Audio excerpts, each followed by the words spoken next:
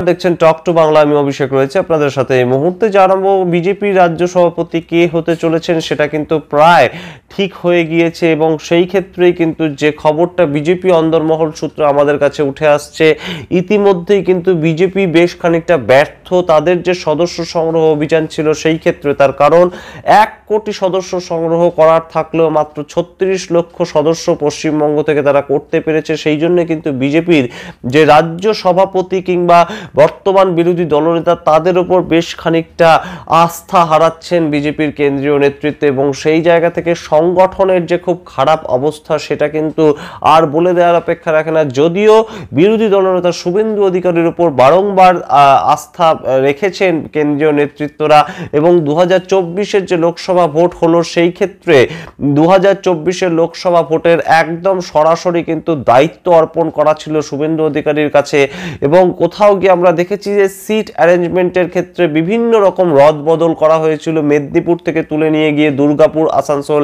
যে সিট সেখানে কিন্তু দিলীপ ঘোষকে দিয়ে দেওয়া হলো প্রাক্তন রাজ্য সভাপতি তাকে। এবং আমরা দেখেছিলাম অন্যান্য বহু সিটের ক্ষেত্রে ঠিক যেমনভাবে বসিরহাট লোকসভা সিটের ক্ষেত্রে হঠাৎ করে সন্দেশখালী রেখা পাত্রকে দাঁড় করিয়ে দেওয়া হয়েছিল। সমস্তটাই কিন্তু আমরা শুনতে পেয়েছিলাম শুভেন্দু অধিকারীর নেতৃত্বে, শুভেন্দু অধিকারীর পছন্দ মতন ঘটনাগুলো ঘটছে এবং সেই ক্ষেত্রেই এবার কিন্তু আমরা যে খবর পাচ্ছি যে বিজেপি রাজ্য সভাপতি এই বছরের শুরুতেই অর্থাৎ জানুয়ারি মাসের 15 তারিখের মধ্যে বিজেপি তাদের রাজ্য সভাপতির নাম ঘোষণা করবে এবং সেই রাজ্য সভাপতির নেতৃত্বেই কিন্তু আগামী 3টে বছর বিজেপি কিন্তু তাদের পশ্চিমবঙ্গে যে সংগঠন সেটাকে চালাবে এবং হিন্দুত্ববাদী যে মতামত সেটাকে কেন্দ্র করেই কিন্তু বিজেপি এই মুহূর্তে চলতে চাইছে। তার কারণ আমরা কিন্তু জানি যে সুকান্ত মজুমদার থেকে শুভেন্দু অধিকারী, মূলত শুভেন্দু অধিকারীর প্রত্যেকটি মিটিংয়ের বক্তব্যে কিন্তু এই হিন্দু ভোটকে একত্রিত করা, পশ্চিমবঙ্গে হিন্দুদেরকে এককাট্টা করা, সেই একটা আহ্বান তিনি দেন এবং সেটাকে সামনে রেখেই বিজেপি যে ভোট লড়তে চাইছে সেটা কিন্তু আর বলে দেওয়ার অপেক্ষা রাখেন। এবং আমরা কিন্তু জানি যে কয়েকদিন আগেই বিজেপির যে সদস্য সংগ্রহ অভিযান সেই ক্ষেত্রেও কিন্তু মূলত হিন্দু ভোটারদেরকে টার্গেট করেছিল বিজেপি। যদিও আমরা জানি যে 1 কোটি হিন্দু ভোটারের যে টার্গেট সেটা তারা সদস্য সংগ্রহ অভিযানে তুলে আনতে চেয়েছিল, সেটা তারা পারেনি, কিন্তু তৎসত্ত্বেও কিন্তু হিন্দুদেরকে একত্রিত করা, বাংলাদেশ ইস্যু নিয়ে বারংবার হিন্দু আবেগটাকে চাগাড় দেওয়া, সেটা কিন্তু শুভেন্দু অধিকারী করেই যাচ্ছেন এবং সেই ক্ষেত্রেই এই চলতি মাসের 15 তারিখের মধ্যেই কিন্তু বিজেপির রাজ্য সভাপতি কে হবেন, নতুন রাজ্য সভাপতি যার নেতৃত্বে 2025-এর কলকাতা কর্পোরেশনের ইলেকশন থেকে শুরু করে 2026-এ রাজ্যে পালাবদল হতে পারে যে ইলেকশনের মাধ্যমে বিধানসভা নির্বাচন, সেই নির্বাচন লড়তে চলেছে বিজেপি, সেটা কিন্তু এখন একটা খুব গুরুত্বপূর্ণ প্রশ্ন এবং সেই প্রশ্নেই কিন্তু বিজেপি বারংবার থমকাচ্ছিল যে কাকে সঠিকভাবে দায়িত্ব দেওয়া যেতে পারে। তার কারণ উঠে আসছিল কিন্তু অনেকগুলো নাম, উঠে আসছিল অনেকগুলো লবির নাম এবং সেই ক্ষেত্রে কিন্তু বারংবার উঠে এসেছে যে নাম সেটা কিন্তু দিলীপ ঘোষ। দিলীপ ঘোষের নাম কিন্তু অবশ্যই তাৎপর্যপূর্ণ, তার কারণ বিজেপি 2016 সালের পর থেকে যে ভালো ফলটা করেছে সেটা কিন্তু পশ্চিমবঙ্গের মাটিতে দাঁড়িয়ে কখনোই বিজেপি করতে পারেনি। 2019 সালের নির্বাচন কিংবা 2021 সালের যে নির্বাচনে যে ভালো ফলাফল তাকে বিজেপি রাজ্য সভাপতি করা হতে পারে, তার কারণ তিনি আরএসএস ঘরানার থেকে উঠে আসা একজন মানুষ এবং সেই ক্ষেত্রে আমরা কখনো শুনতে পাচ্ছিলাম কিন্তু যে একজন মহিলা নেত্রী বিজেপির যে নিচু স্তরে তার থেকে উঠে আসছে, মহিলা নেত্রীর একজন চাহিদা যে রাজ্য সভাপতি কোনো মহিলা নেত্রীকে করা হোক।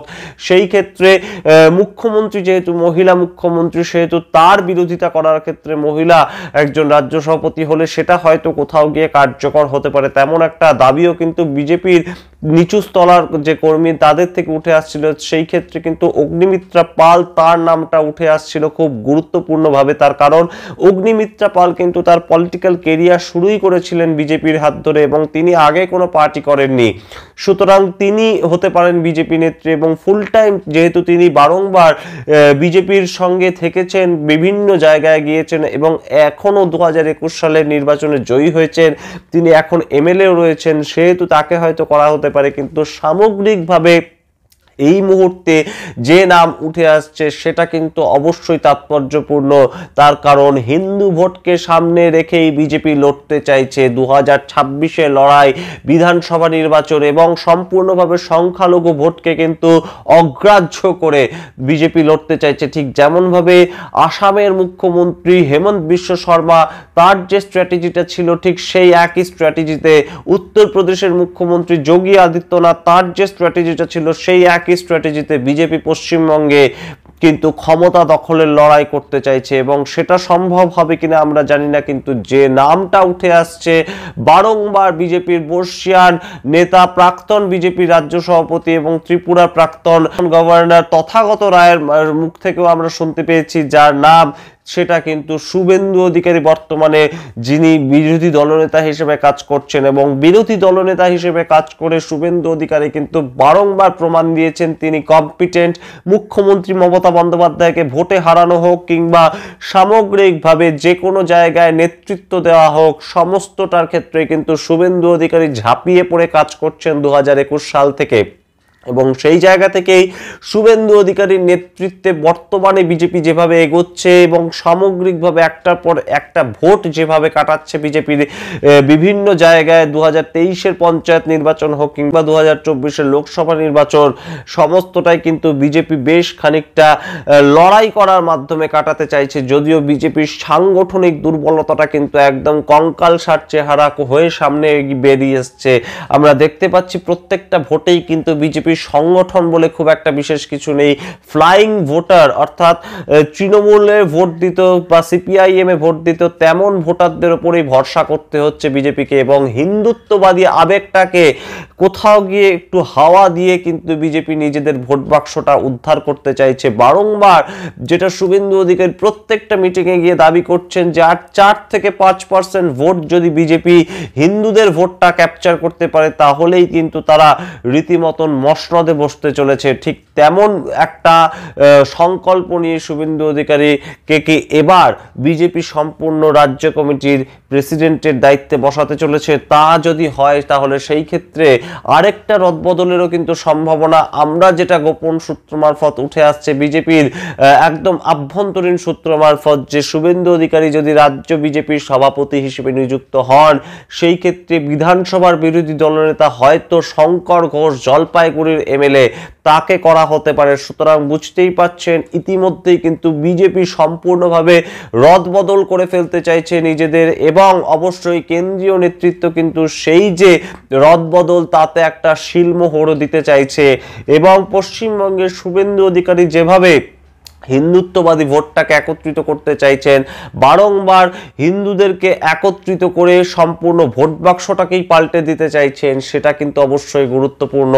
আমরা জানি না যে উত্তরপ্রদেশ কিংবা অসম সেই জায়গায় কিংবা ত্রিপুরায় যে রাজনৈতিক প্রেক্ষাপট সেটা পশ্চিমবঙ্গের ক্ষেত্রেও ফলস্বরূপ হবে কিনা, নাকি মুখ্যমন্ত্রী মমতা বন্দ্যোপাধ্যায়ের যে সংখ্যালঘু ভোট এবং অবশ্যই তার সঙ্গে লক্ষ্মীর ভান্ডার, বাংলার বাড়ি, বিভিন্ন প্রকল্প দিয়ে তিনি আবারও বাজিবাদ করবেন 2026-এ। কিন্তু 2026 যে বিজেপির কাছে একটা অগ্নি পরীক্ষা এবং সেই অগ্নি পরীক্ষার ক্ষেত্রে একদম যোগ্যে বসাতে চাইছে বিজেপি কাকে আমরা এখনো সম্পূর্ণভাবে বলতে পারবো না, কিন্তু তার মধ্যে থেকেও যে নামটা বারংবার বিভিন্ন বর্ষিয়ান নেতার মুখ থেকে উঠে আসছে, বিভিন্ন বিজেপির অভ্যন্তরীণ লবি থেকে উঠে আসছে, সেটা কিন্তু শুভেন্দু অধিকারী।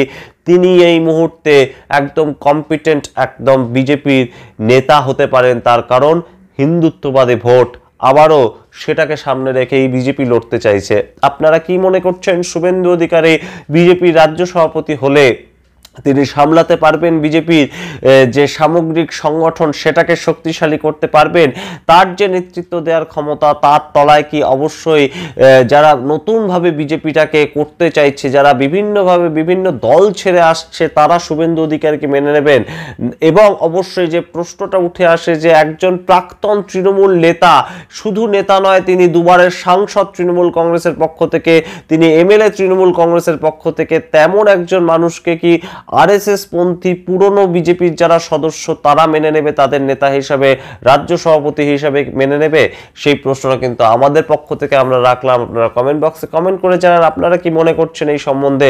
সমস্তটাই আমরা কিন্তু অবশ্যই পরবর্তী ভিডিওয়ে প্রস্তুত করব। দেখতে থাকুন টক টু বাংলা। ভুলবেন না টক টু বাংলা ইউটিউব চ্যানেলটিকে সাবস্ক্রাইব করতে। ধন্যবাদ।